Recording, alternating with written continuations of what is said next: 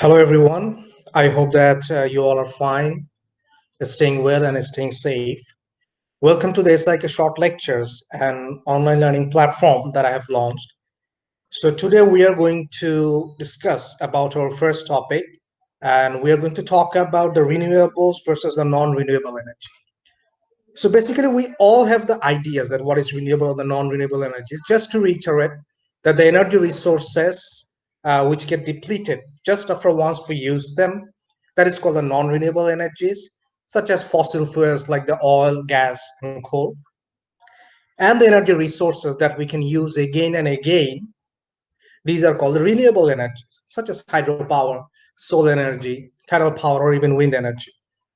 So in this lecture, the name of the topic of the today's lecture is the renewables versus the non-renewables energy. So we are going to compare in between them. So before I go any further, I would like to share my screen with you, and afterwards I would like to go forward. So I hope that yes, it is on. Right, yeah. So we are going to compare in between the renewables and the non-renewable energies. So there are some points. There are some points you can see in here that I have listed. So the first thing that we will do, that we are going to compare in between the renewables and the non-renewable energy by emphasizing the some positive sides of the renewable energy. So the number one, we can say that non-renewable energies today or tomorrow, they will get depleted. This is the fact. But there is no such problems regarding the renewable energies in this case. We can use it again and again, and definitely for an infinite time, undoubtedly. The next one, we can say that during this climate change or global warming era, the main keyable life factors, we can say that the carbon emissions. So fossil fuels are greatly, I mean, creating pollutions. They are emitting a lot of carbon dioxides. But compared to it, the renewable energy, it is cleaner, greener, and more fresh energy resources. So it is more environment friendly. The next part, we can say employment scope. So if we talk about the non-renewable energy, oil, gas, or coal, these are quite established sectors all over the world. There are a lot of oil rigs.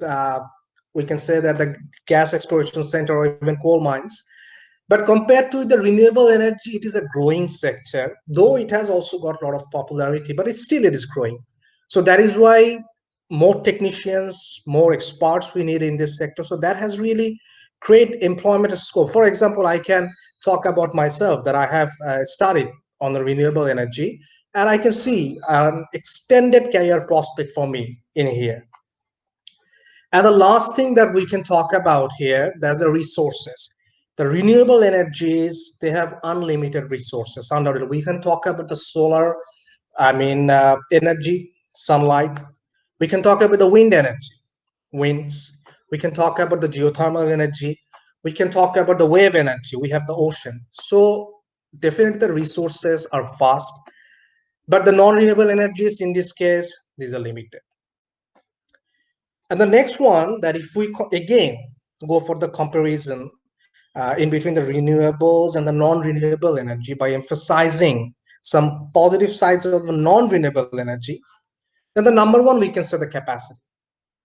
Well, renewable energy, it is good, undoubtedly, but it's still worldwide, the non-renewable energies have been proven to be more capable, more powerful.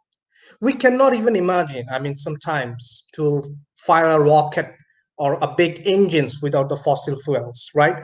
Maybe we are using renewable energy in some small aspects, but some bigger aspects, some powerful things, we are still dependent on some oil, gas, and coal.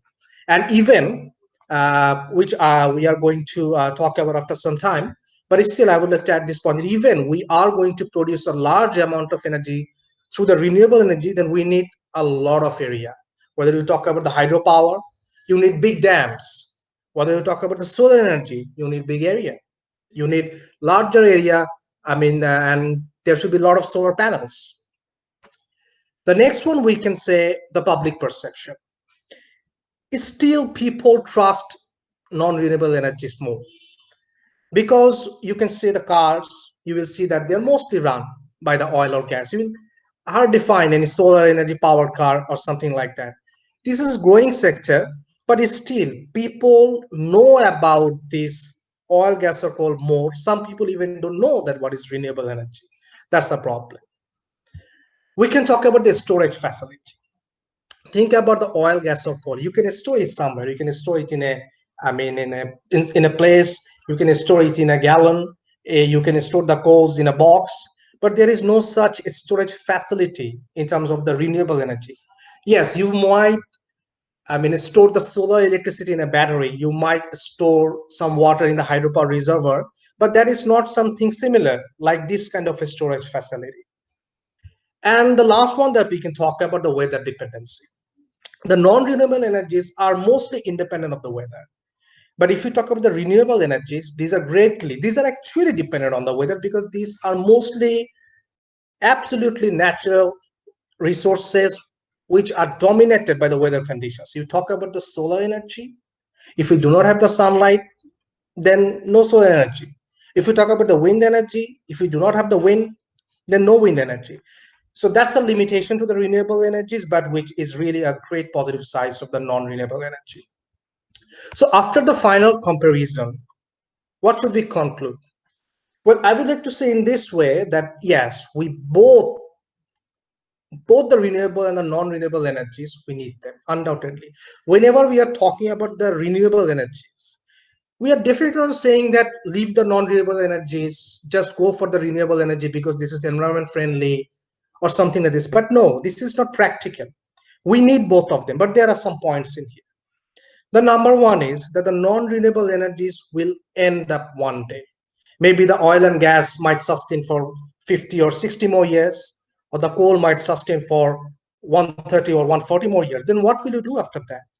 So when the renewable energy comes, it says that, all right, we will definitely use the non-renewable energy, but as it is going to deplete one day, so we want to make that one day to be delayed. We want the non-renewable energies to be sustained for a longer times. So that is why we want to decrease the pressure on the non-renewable energies. That is number one. And the next one is we also need to take care of the environment. We cannot be too much selfish. We have to take care of the, I mean, carbon emissions, the greener environment, and everything. So that is why the renewable energies will create a balance in there. So the final concludatory remark says that yes, both the energies we need. So that is why there should be some balance in between them. So I think that that's all for today. And thank you very much. Thank you very much for your attention. And take care. Bye bye.